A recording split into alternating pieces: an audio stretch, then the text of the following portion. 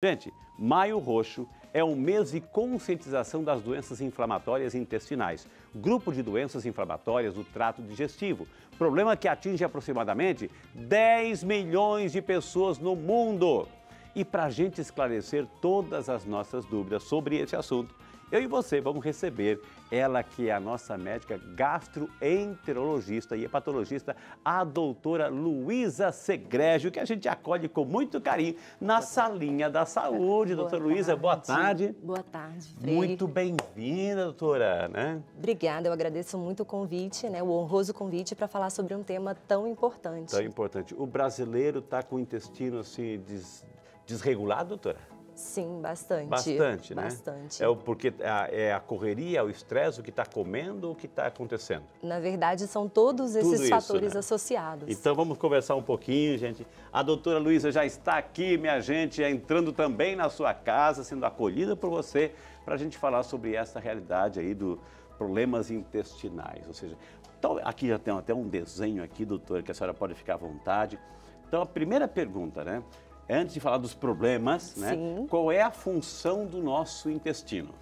Na verdade, o intestino é um órgão muito rico, né? Quando a gente fala no intestino, a gente tem basicamente um intestino delgado, que está aqui no meio. A gente tem mais ou menos 6 metros de intestino delgado. 6 metros, tudo 6 dobradinho metros, ali, doutora. Tudo dobradinho, né? E isso faz com que ele tenha uma grande capacidade de absorver os nutrientes, né? Quando a gente come, a comida vai da boca, passa pelo esôfago, pelo estômago, o alimento vai sendo digerido.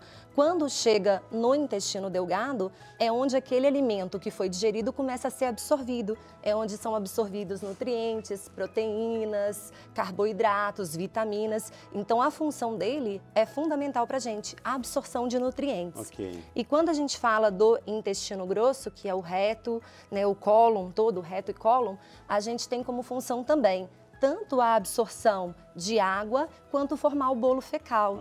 E é pelo bolo fecal que saem os restos alimentares que não foram aproveitados e junto às toxinas também. A gente elimina pelas fezes. Então, ele é muito rico. Só que a gente esquece que, além dessa função de absorção, de eliminação de toxinas, o intestino também, ele tem várias funções. Então, a gente fala que ele tem a função de produzir neurotransmissores. Hoje, a gente muito escuta falar, né, do intestino, ele que produz a maior parte da serotonina, que é o neurotransmissor do bem-estar, né? Além disso, também, ele produz algumas substâncias, alguns hormônios que controlam a nossa sensação de fome, a nossa sensação de saciedade.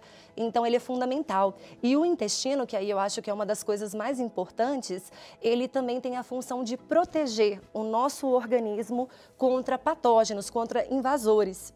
Então, o que acontece? No intestino que a gente tem a maior parte das nossas células inflamatórias, que nos protegem de inflamação, nosso sistema imune, 70% das células do sistema imune estão ali no intestino. Então, ele faz ali uma barreira de proteção, as células estão bem coladinhas umas com as outras e isso permite com que passe apenas nutrientes. Já as substâncias tóxicas não passam para a nossa circulação sanguínea. Então, ele tem muitas funções. Isso é muito bonito, a pergunta não foi bom, porque geralmente há uma confusão muito grande de nossa parte. A gente acha que quando a gente come, se alimenta, tudo passa no estômago e o estômago é a parte mais importante de todo o processo digestivo, enfim. E o intestino é só aquele que vai eliminando. Pelo contrário, o estômago trabalha processo e joga para o intestino. Exatamente. E o intestino que vai pegar, né? Ele que vai captar as vitaminas, tudo que a gente precisa para um bom funcionamento. Perfeito. Inclusive, nós temos aí, doutora, ali uma animação para mostrar. Pode ir falando em cima, doutora, né? Ali, ó. Então, 6 metros, doutora. Isso, 6 metros é só o intestino delgado, do fino, né? Isso. Já o intestino grosso, que é o reto e o cólon, tem mais ou menos 1,5 metro. Mais grossa por é como fora, se fosse, né, a moldura por fora, exatamente. Né? A moldura do quadro ali. Que já é o processo final. Já é o processo final, é onde vai absorver o restante da água, vai formar as fezes e eliminar o que não foi aproveitado. Por isso que é importante tomar água também, doutor, porque vai ajudar no processo aí de eliminação? Com certeza, a água é importante também. Entendi. Até para formar as fezes, para eliminar o que não é importante. Então, a gente viu que o intestino tem várias funções, por isso o cuidado, né, o cuidado com aquilo que a gente come, ingere, do jeito que a gente ingere, enfim, cuidado porque vai parar no intestino. Então, se a gente não processar bem, mastigar bem, enfim, ele vai sofrer suas consequências. Isso a gente viu assim a função, a natureza que Deus deu, a função que Deus deu para o intestino. Agora, ele também pode ficar doentinho, doutora? Ele pode ficar doente, que é até o tema que a gente vai falar hoje. Em algumas situações, né, dentro do intestino também, que é uma coisa importante aqui de se falar, a gente tem a nossa microbiota, né, que é onde tem o maior número de micro-organismos, bactérias, vírus, fungos, e eles vivem ali em equilíbrio. Em algumas situações de desequilíbrio, a gente acaba... São coisas, bactérias, vírus e fungos do bem? Do bem. Eles vivem em equilíbrio com a gente. Okay. Né? Eu costumo falar que é como se a gente fosse a casa deles, mas eles também trabalham para a gente ali. O conjunto disso é chamado microbiota. Microbiota, perfeito. São os micro-organismos que estão ali dentro abrigando, né? Compõem a microbiota. E essa microbiota, ela naturalmente vive em equilíbrio. Né? Então, a gente tem as bactérias boas, elas ali estão em equilíbrio. E aí, quando eu tenho, às vezes, alguma alteração nessa microbiota, eu posso acabar levando ao desenvolvimento de doenças. E isso faz parte até das próprias doenças inflamatórias intestinais, esse mecanismo. E, por exemplo, doutora, quais são as principais doenças intestinais? Quando a gente fala em doenças inflamatórias intestinais, a gente está falando basicamente da doença de Crohn e a retocolite ulcerativa, né? São doenças inflamatórias crônicas, né? Ela tem o caráter crônico, e embora elas acometam o trato gastrointestinal, elas podem acometer outros órgãos também. E a gente tem visto nos últimos anos um aumento da incidência dessas doenças no mundo, sobretudo pelo nosso estilo de vida mesmo, pelo mundo ocidentalizado, né? Entendi. Doenças de Crohn e a retocolite ulcerativa. Isso. Doença de Crohn, foi dado esse nome por um pesquisador que descobriu. Por quê? O que é essa doença de Crohn? A doença de Crohn, ela é uma doença inflamatória que pode acometer qualquer região da boca até o ânus. Ela, na verdade, é caracterizada por uma inflamação crônica do intestino. E essa inflamação pode ter algumas complicações. A gente nasce com ela? A gente adquire com o estilo de vida? Como é que é? Não, na verdade, a gente nasce com ela. Já nasce com ela? Já nasce com ela. Ela se desenvolve de acordo com alguma coisa que está acontecendo em nosso intestino? Isso, na verdade, a doença inflamatória intestinal, a gente nasce com ela, a gente tem, na verdade, uma predisposição genética, né? Então, é esse o mecanismo. O indivíduo, ele tem uma predisposição genética, uma alteração, e aí o que acontece? Nos indivíduos também com doença inflamatória intestinal, foi visto que há uma alteração dessa microbiota, como eu tinha dito. Temos um desenho, doutora, você pode ir falando e mostrando Isso. aí. Ali, na verdade, é só mostrando o intestino grosso, né? O reto, essa parte está mostrando mais é isso. Mas assim, o que acontece é isso. O indivíduo, ele tem uma predisposição, ele tem uma alteração genética que favorece a doença. E nos indivíduos com doença inflamatória intestinal, foi observado esse desequilíbrio da flora bacteriana intestinal. E aí essa flora, ela acaba levando a um processo inflamatório. Só que nesses pacientes, esse processo inflamatório é um processo exacerbado, é um processo além do normal. E aí é onde gera as consequências. Doutora, como é que o intestino vai dizer que está com essa doença? Sim, o intestino, na verdade, os principais sintomas daí, né, que a gente fala, é justamente isso, dor. Um intestino inflamado dói. Né? Então, geralmente os sintomas das doenças inflamatórias, tanto do Crohn quanto da retocolite, é lógico que tem as diferenças de acordo com a localização, né? Mas o que a gente tem é isso, gera dor, uma dor abdominal, junto com a dor, diarreia. E a diarreia dá pra gente entender o porquê. O intestino está inflamado. Se ele está inflamado, ele não está absorvendo direito e sai pelas fezes. Então, o paciente ele tem dor, ele tem diarreia, que pode ter sangue, pode ter muco, pode ter pus, perda de peso, né? Então, são alguns dos sintomas. Então, a diarreia, doutora, assim, então, quando tem um processo inflamatório que o próprio intestino não está absorvendo o que deveria e está eliminando. Está eliminando, exatamente. É uma diarreia de caráter inflamatório e elimina ainda junto com o sangue, né? Entendi. Agora, junto com... E essa doença pode aparecer em qualquer fase da vida, doutora? Uma criança pode ter, um adulto pode ter, um idoso? Então, na verdade, ela acomete em qualquer fase da vida, mas 60% dos pacientes são adultos jovens. Então, a maioria é entre 15 a 45 anos de idade. Então, o pico é no paciente jovem, é aquele que vai me levar à suspeição de ter doença inflamatória intestinal. Alguns estudos mostram que a doença de Crohn, ela tem um segundo pico de incidência, que aí é no idoso, entre 50 e 70 anos de idade. Entendi. Mas o principal é o paciente jovem. É justamente nesse paciente que a gente deve pensar. Um dos sintomas, doutora, a pessoa reclama, eu estou com dor de barriga, minha barriga está endurecida. É também, doutora, é algum fator intestinal que está ali reclamando? Pode ser. Eu acho que o que é mais importante a gente falar até para quem está assistindo é isso, né? Todas as vezes que a gente tem diarreia crônica, uma diarreia crônica é aquela que dura mais do que 4 semanas. Não é normal. Hoje a gente vê muita automedicação. As pessoas, elas estão com diarreia, começam a usar probióticos, começam a usar medicamentos por conta própria. Então, não é normal. Então, quando se tem uma diarreia crônica, que é aquela que dura mais do que 4 semanas, eu tenho que pensar. Quando eu tenho uma dor abdominal, uma cólica intestinal que não passa, né, sobretudo depois que come, eu tenho que imaginar. E sobretudo se tiver também sangue nas fezes, daí já não é normal, a gente tem que pedir mesmo. Tem que buscar. Com certeza, tem que Aí buscar que a causa. exames que são pedidos, doutora? Quando a gente fala nos exames, né, eu falo que o diagnóstico da doença inflamatória intestinal é como se fosse um quebra-cabeças, né? Não existe um critério único para fechar. Então, primeiro, é a clínica do paciente, que é essa que eu falei, paciente jovem, com dor, diarreia crônica, perda de peso. Eu tenho que pensar. Segundo, a gente pede exames de sangue normais, em que a gente avalia provas de atividade inflamatória, porque é uma doença inflamatória. Então, a gente vai pedir PCR, VHS, alguns exames de sangue que já me mostram isso. Às vezes o paciente tem anemia também, que mostra que ele está perdendo ali, né? A gente pede a colonoscopia, é um exame fundamental. O que vai ver a colonoscopia? Então, a colonoscopia, né, aquele exame que entra o aparelho flexível através do ânus, e a colonoscopia, ela vê todo o reto, ela vê o cólon sigmoide, cólon descendente, ela vê o intestino grosso. E ela pega o finalzinho do intestino delgado, o ilho terminal. Então, a colonoscopia, ela pega todo aquele intestino grosso e até o ilho. E ela vai ver a mucosa do intestino. Então, quando essa mucosa está doente, então aparecem úlceras, feridas ali, às vezes pseudopólipos, que são alguns tipos de lesões que tem, então dá para ver. E além da colonoscopia, tem que ser feita a biópsia durante o próprio exame mesmo. Então, é um dos exames de eleição que a gente faz. Então, ele é muito importante para a gente. Às vezes, igual eu não falei ainda, a doença, a retocolite ulcerativa, ela pega só o reto e o cólon.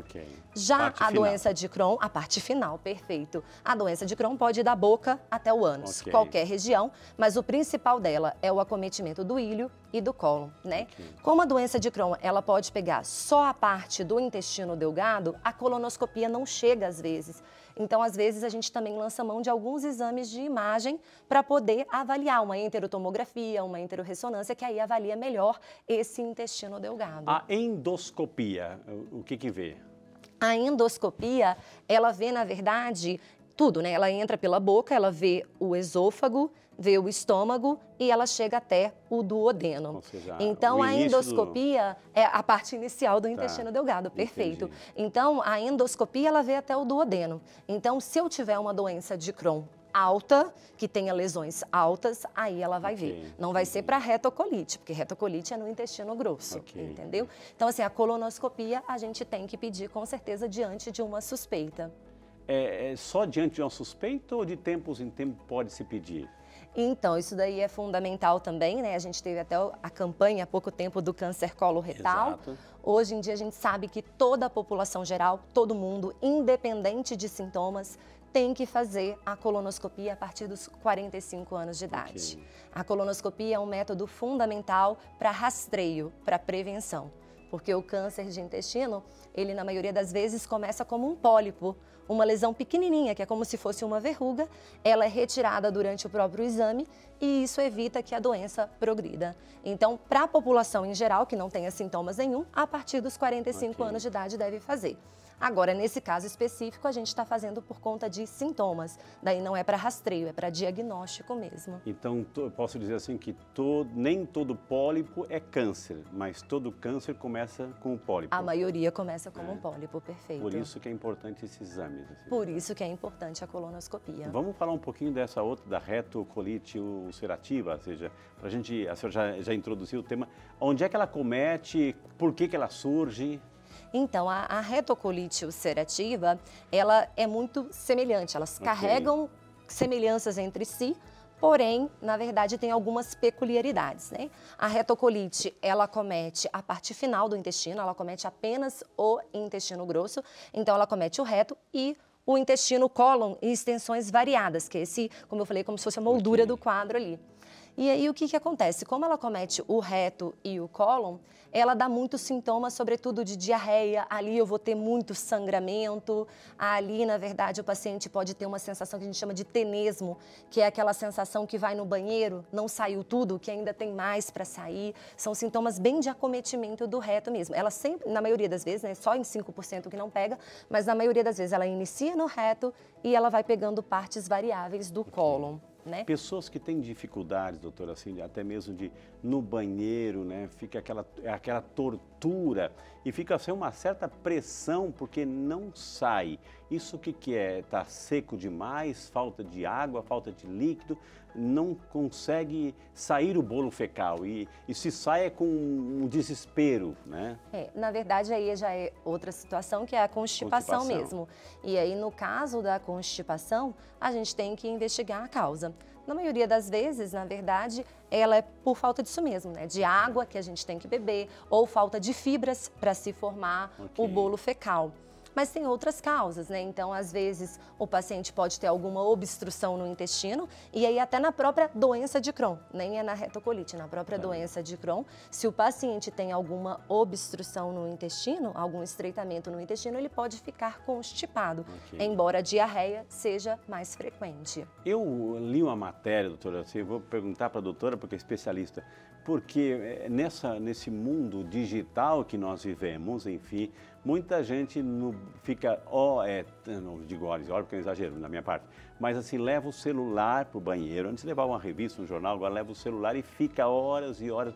Isso influencia, de uma forma ou de outra, assim, o bom funcionamento do intestino, doutora? Isso, na verdade, é um hábito que deve ser desaconselhado, não é um bom hábito, na verdade. Porque a gente acaba se distraindo, eu sempre falo aos pacientes, né? Até o hábito de evacuar tem que ser uma rotina e você tem que estar concentrado naquilo, né?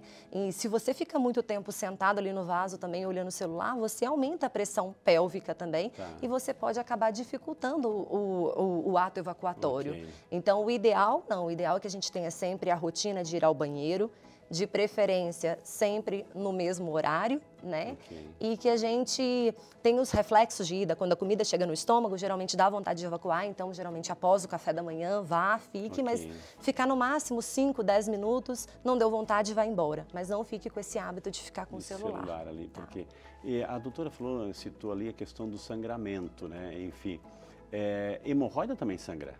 Hemorroida também sangra e foi ótimo você falar isso, porque também muitos dos pacientes não procuram atendimento porque falam, isso deve ser uma doença hemorroidária. E não se pode atribuir, né? A hemorroida, ela pode sangrar sim, assim como às vezes fissura algumas lesões ali no ânus, quando o paciente faz muito esforço. Mas se ele tem um sangramento persistente, o sangue é um sinal de alarme. Já é uma das indicações para você procurar ou um gastroenterologista ou um coloproctologista. O sangue vai ficar na veia, não para ser daquele jeito ali, né, doutora? Exatamente, não é para sair ele não. Gente, que maravilha, gente. Doenças intestinais, trato digestivo, enfim. A gente está aprendendo muito aqui. Eu vou fazer o seguinte, eu vou chamar um intervalo rapidinho para você que está nos acompanhando. Na sequência temos muito mais informações com a doutora e além das perguntas pelo WhatsApp que estão chegando também. E vamos continuar aqui o nosso bate-papo com a nossa queridíssima doutora Luísa, que está aqui com muito carinho para falar sobre como podemos cuidar mais e melhor da saúde dos nossos intestinos. Assim, 6 metros, minha gente, a função que eles exercem é fantástica, né? Então a gente precisa cuidar. Doutora, né? Aqui tem complicações que podem surgir, a gente fala de doença de Crohn, retocolite ulcerativa. Quais são as complicações disso tudo? Ou não tem? Tem sim, né? E é por isso que a gente sempre pensa bem no tratamento para evitar essas complicações. A retocolite, ela na verdade acomete, como eu disse, o reto e o cólon. E por conta desse processo inflamatório, às vezes pode acontecer um estreitamento, né? Começa a acontecer inflamação, inflamação, inflamação, a luz do intestino pode reduzir um pouco. Além disso, como complicação, assim, o calibre, exatamente. O intestino é como se fosse um tubo, né? Com aquele processo inflamatório vai reduzindo a luz daquilo. Pode, além também desse estreitamento, dessas estenoses, pode haver também sangramento, né, que é por conta da inflamação mesmo. E aquela inflamação continuada, ela acaba predispondo a alterações nas células, alterações displásicas que podem facilitar o câncer no intestino. Uma neoplasia ali. Exatamente. Então, a gente sabe que doenças inflamatórias intestinais, a retocolite ou a doença de Crohn, quando acomete o cólon, quando ela tem longa duração, se a gente não trata aquela inflamação persiste continuada, pode favorecer o risco de câncer. E na doença de Crohn já, a gente fala que ela é o acometimento dela, ele é mais profundo, ele acomete geralmente todas as camadas do intestino. Então, como inflama muito a parede do intestino, pode acabar tendo perfuração intestinal, às vezes formam-se fístulas, porque o intestino está tão inflamado que ele se comunica, seja com a pele ou com outros órgãos. Doutora, uma úlcera pode perfurar e vazar o conteúdo interno? Pode perfurar, formar abscessos e também, da mesma forma, as estenoses, que é esse estreitamento que a gente tem, essa redução da luz do intestino. Então, uma inflamação continuada pode fazer isso tudo. Pode inflamar de reduzir a luz e obstruir o intestino, pode inflamar de perfurar e aí formam coleções, os abscessos, ou pode inflamar tanto que às vezes uma alça do intestino gruda na outra e formam-se as fístulas, que são comunicações de uma alça do intestino com a outra ou com a bexiga. Então tem as complicações se a gente não cuida. Doutora, excesso de café, eu estou citando situações, excesso de café, excesso de álcool, né? O que mais que a gente não faz, que a gente não cuida ou descuida ou negligencia e continua fazendo que está prejudicando? Na verdade, assim, várias coisas, né? O tabagismo, por exemplo, né? O tabagismo é mau por diversos fatores, todo mundo sabe. No caso da doença de Crohn, ele realmente aumenta a incidência de casos de doença de Crohn e nos pacientes que têm Crohn, leva a complicações cirúrgicas com mais frequência. Então, é um hábito que tem que ser cessado de qualquer forma, né? A mesma coisa também como a alimentação ruim, o excesso de ultraprocessados, uma alimentação pobre em fibras, então é uma alimentação que é ruim, que a gente não protege a nossa microbiota intestinal, pode acabar levando a danos também para esse intestino. Tem perguntas chegando, diretora? Assim, vamos aproveitar o povo que está participando também, fique à vontade. Chegaram perguntas. Assim, a Ana Júlia, de Cunha, São Paulo. Boa tarde, Ana Júlia. Obrigado pelo carinho de acompanhar o Saúde e Fé aqui na nossa rede Aparecida de Comunicação, viu? Olá, doutora. Estou em tratamento com inflamação no intestino e ainda está um pouco dolorido no estômago. Posso fazer, pergunta ela, exercícios físicos? Pergunta a Ana, doutora. Boa tarde, Ana Júlia, muito obrigada pela pergunta, né? Pode sim, na verdade, deve fazer atividades físicas, né? O exercício físico, ele tem se mostrado benéfico até para a redução da inflamação no intestino. Então, sim, é um fator protetor. Pode e deve. É lógico que no momento que ela estiver em crise, porque a doença, ela tem períodos em que ela está em acalmia, períodos tranquilos e períodos de exacerbação que a gente fala. No período de exacerbação, dificilmente ela vai conseguir fazer alguma atividade física. Nesse caso que ela pode fazer repouso? Nesse caso repouso, fazer o tratamento adequado e depois ela retoma. Mas diariamente o ideal é fazer mesmo para prevenir. Nesse momento, assim, evitar comidas pesadas, alguma coisa assim, doutora? Isso, na verdade, no momento que o paciente está em crise, ele deve comer o mais saudável possível, evitando, sobretudo, aqueles alimentos que desencadeiem sintomas. Então, por exemplo, um paciente que tenha diarreia, no momento da diarreia, aí sim ele deve reduzir os lácteos, porque a gente sabe que ele vai ter naquele momento uma intolerância secundária à lactose, né? Se o paciente tem, às vezes, uma inflamação com fibrose no intestino, ele tem que reduzir um pouco as fibras. Então, assim, isso é muito individualizado, né? Mas uma base saudável. A Carol Freitas, de São José dos Campos. Boa tarde, Carol. Bem-vinda ao nosso Saúde e Fé. Carol, a doença de Crohn pode causar constipação e dor no estômago? Pergunta a Carol, doutora. Boa tarde, Carol. Então, a constipação é aquilo que eu falei. Em base, o maior sintoma é a diarreia. Mas quando eu tenho uma inflamação persistente que reduz a luz do intestino, pode sim causar constipação intestinal. Então, por isso que é bom estar acompanhando, falar isso para o seu médico, né, para avaliar se não tem nenhum estreitamento no intestino que está justificando isso. E a dor no estômago também. A dor no estômago, quando tem, aí se faz obrigatório a endoscopia, como você já tinha falado, para a gente ver se tem alguma doença alta que a gente fala. Né? Alta porque nessa região alta aqui, porque né? na região, perfeito. Agora, se na minha cidade não tem um gastroenterologista, que médico eu devo procurar? Olha, o ideal realmente é um gastro ou um proctologista, né? Mas se não tem na cidade, vá num clínico geral e relata os sintomas para que ele possa começar, pelo menos, a investigação. E se vir a descobrir, ele pode encaminhar, às vezes, para um centro de referência em outra cidade. Sempre tem, né? A Suzana Lima, de Belo Horizonte, acompanhando o nosso Saúde e Fé. Boa tarde, Suzana, bem-vinda aí. O povo de Belo Horizonte sempre ligadinho na TV Aparecida. Tenho fortes dores de estômago e após comer eu sempre vou ao banheiro com diarreia. O que pode ser? Pergunta a Suzana. Então, aí é lógico que tem que ser investigado, né? Mas quando diarreia logo após comer, né? A gente tem que pensar em alguma intolerância alimentar que ela possa vir a ter. Então, às vezes ela tem intolerância a algum alimento específico, lactose, intolerância ao glúten, e ela acaba comendo aquele alimento, é um fator que desencadeia a diarreia. Então, ela tem que investigar. Investiga, viu, Suzana? Investiga. A Wilson Vieira, de Uberaba também, Minas Gerais, o povo mineiro participando, ligadíssimo aqui na TV Aparecida nesse sábado maravilhoso. Boa tarde, Frei. Doutora, tenho retocolite ulcerativa. Quais alimentos eu devo evitar? Pergunta Wilson. Perfeito. Hoje o que a gente sabe, Wilson, é o seguinte, não existe restrição absoluta de alimentos. Ah, não pode glúten, não pode leite. Isso é uma modinha que tem hoje em dia na internet, isso não é fato, né? O que a gente sabe é que deve evitar, sobretudo, açúcares, alimentos ultraprocessados e deve investir sobretudo numa dieta mediterrânea que a gente fala, que é rica em fibras, rica em vegetais, frutas, né? Essa dieta que a gente deve preconizar. E uma coisa que é importante é isso, a gente não exclui alimento nenhum, a gente exclui aquilo que desencadeia sintomas no paciente. Então a gente vê a intolerância individual. Vamos supor, se ele tem uma intolerância à lactose, no caso dele tem que reduzir os lácteos, né? A gente citou ali a endoscopia, a colonoscopia. Por que esses exames assim, têm um preparo que é tão rigoroso, doutora?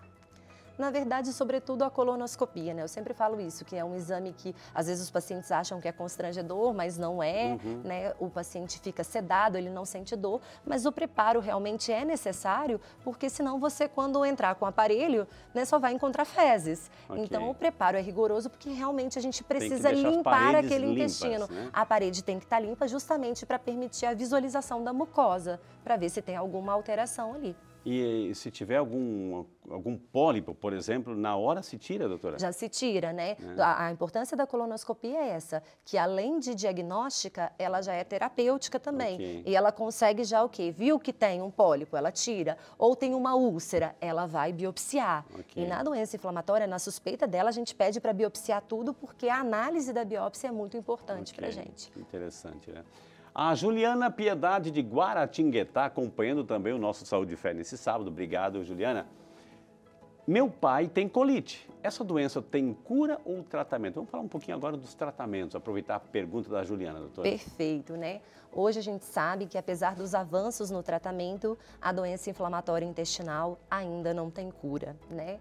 A gente tem tratamentos que são muito bons, tratamentos de alto custo, inclusive, e que são fornecidos pelo Sistema Único de Saúde. Graças a Deus. O tratamento, o tratamento precoce, ele visa justamente melhorar o paciente clinicamente. Hoje a gente fala que a gente quer uma remissão profunda. A gente quer que aquele paciente fique bem clinicamente, sem sintomas, com qualidade de vida, e a gente quer também que a mucosa daquele intestino fique cicatrizada, justamente para evitar as complicações. Então, sim, tem tratamento, uma ampla gama de tratamentos, porque a gente tem de acordo com... Ele pode agir em vários momentos do mecanismo da inflamação, mas tem tratamento. Agora, cura, infelizmente, ainda não tem. Por ser crônico, ainda não tem cura.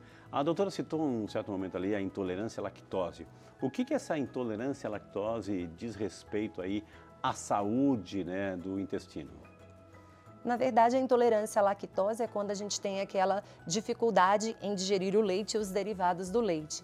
com o passar dos anos, pelo processo natural, a gente vai diminuindo a produção da lactase, que é a nossa enzima que quebra, né? Com certeza. E aí, quando a gente ingere, a gente tem intolerância, e a gente vai e ingere aquele leite ou o derivado do leite, né? Aquilo que ele não consegue ser bem absorvido pelo nosso organismo. Aquilo acaba estimulando ali, né, a secreção das coisas, acaba estimulando até a inflamação também. Okay. Então, por isso que se eu tenho intolerância, eu devo evitar, porque aquela substância ela não vai ser bem absorvida. Não sendo absorvida, ela fica como se fosse um corpo estranho ali dentro. E aí vai estimulando o nosso organismo a ter diarreia e tudo mais. Ok. Doutora, em relação aos alimentos assim, que ficam no intestino, assim, a gente vê muitas matérias assim, por que a carne demora tanto para processar? Tem alimentos que demoram, que ficam aí transitando. É verdade? Ficam até dias ali dentro, doutora? Tem alimentos que são partículas mais grandes. Mais grandes é ótimo, maiores. Maiores. Tem partículas que são maiores e que são de mais difícil realmente digestão para quebra daquela partícula, né? Então, geralmente a carne vermelha, né? Algumas substâncias... Então, demoram mais, né? Demoram de fato mais, por conta dessa dificuldade aí, por ser maior a partícula mesmo. Por isso a ingestão de água, de fibras é importante, porque ajuda também no processo de eliminação, doutora. Sim, com certeza. Doutora, a Débora Silva, de Lorena, São Paulo, também está acompanhando o Saúde e Fé, está aprendendo muito e está participando. Obrigado, Débora. Olá, Frei. Doutora, as doenças inflamatórias intestinais podem aparecer em qualquer idade? Pergunta Débora. Sim, como eu disse, elas podem aparecer em qualquer idade, né? Porém, é mais frequente em jovens. Entre de 15 a 45 anos de idade. Ali, né? Perfeito. Que é a incidência, maior número aí de complicações. De casos. Né? Isso, o maior número de pacientes está nessa faixa etária. O Paulo Lopes, de Cubatão, São Paulo. Obrigado, Paulo. Deus te abençoe. Um ótimo sábado. Bom final de semana para você, Paulo. Obrigado pela participação, viu? O uso de medicamentos, aí a automedicação, e aí a doutora pode ir por esse caminho, pode ocasionar inflamações no estômago e no intestino, doutora? O Paulo pergunta. Sim, daí isso também é importante falar. A gente sabe do uso dos anti-inflamatórios, né? Então a gente tem diclofenaco, nimesulida, ibuprofeno, são medicamentos que as pessoas usam muito por conta de dores crônicas. Esses medicamentos, eles podem predispor às doenças inflamatórias intestinais e podem causar lesões também na mucosa do estômago e do intestino. No estômago pode causar úlceras, bem como no intestino também. Os antibióticos também, né? O uso indiscriminado de antibióticos, a gente sabe que eles podem alterar a nossa flora bacteriana intestinal, nossa microbiota intestinal, e com essa alteração a gente pode acabar predispondo à inflamação do intestino. Ok. Leite fermentado também, doutora, prejudica? Não, se o paciente não tiver intolerância, não. Né? Alguns alimentos fermentados podem, mas se ele não tiver intolerância àquilo, não necessariamente. Entendi. Doutora, a gente tem exame para caixa alta, a gente tem exame para caixa baixa, né? Enfim, e aqui no meio, que tipo, é um exame de imagem que a gente vê como é que está o conjunto da obra? Né? É uma imagem? Como eu disse, a endoscopia, ela vai até o duodeno, a colonoscopia vai até o ilho terminal. Grande parte do jejuno e ilho não são vistas por nenhum exame desses dois, né? Nenhum desses dois. Então, o que a gente tem é um exame específico, que é a enterotomografia ou a enterorressonância.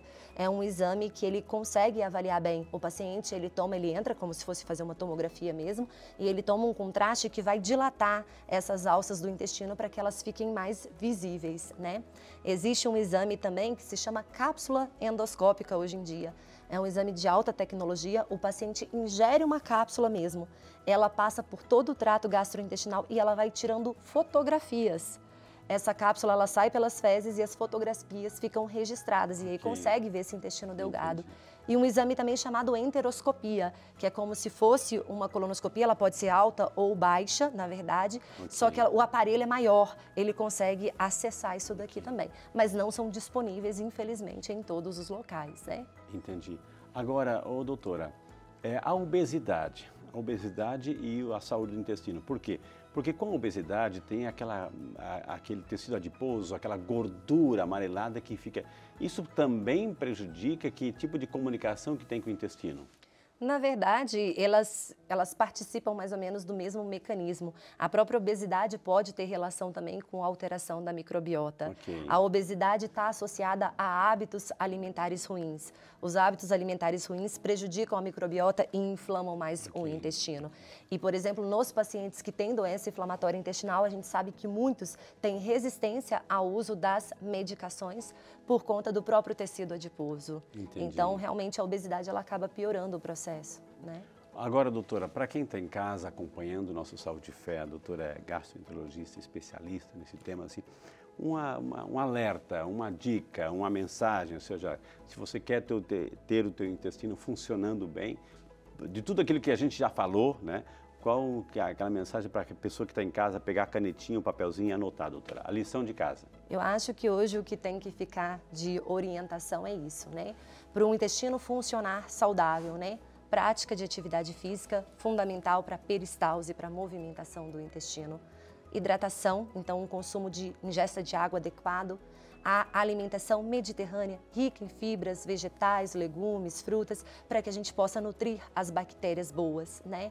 Eu oriento também que evite a automedicação, como a gente falou aqui, evitar anti-inflamatórios, antibióticos, tudo que possa prejudicar. Tabagismo jamais por motivo que a gente já sabe todos os 1000 motivos dele, né?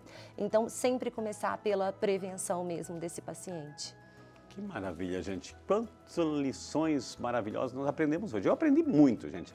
E com tudo aquilo que eu ouvi, a gente tem esse dever de cuidar da nossa saúde, que você come, processar bem, cuidado com a automedicação, cuidado com aqueles fatores de risco que a gente viu e entendeu hoje que não tem cura, né? Não tem cura essas principais doenças assim, mas tem como ter qualidade de vida, desde que também a gente faça a nossa parte, viu, gente? Tivemos o prazer de conversar com a doutora Luísa Segregi, nossa médica gastroenterologista e hepatologista, gente.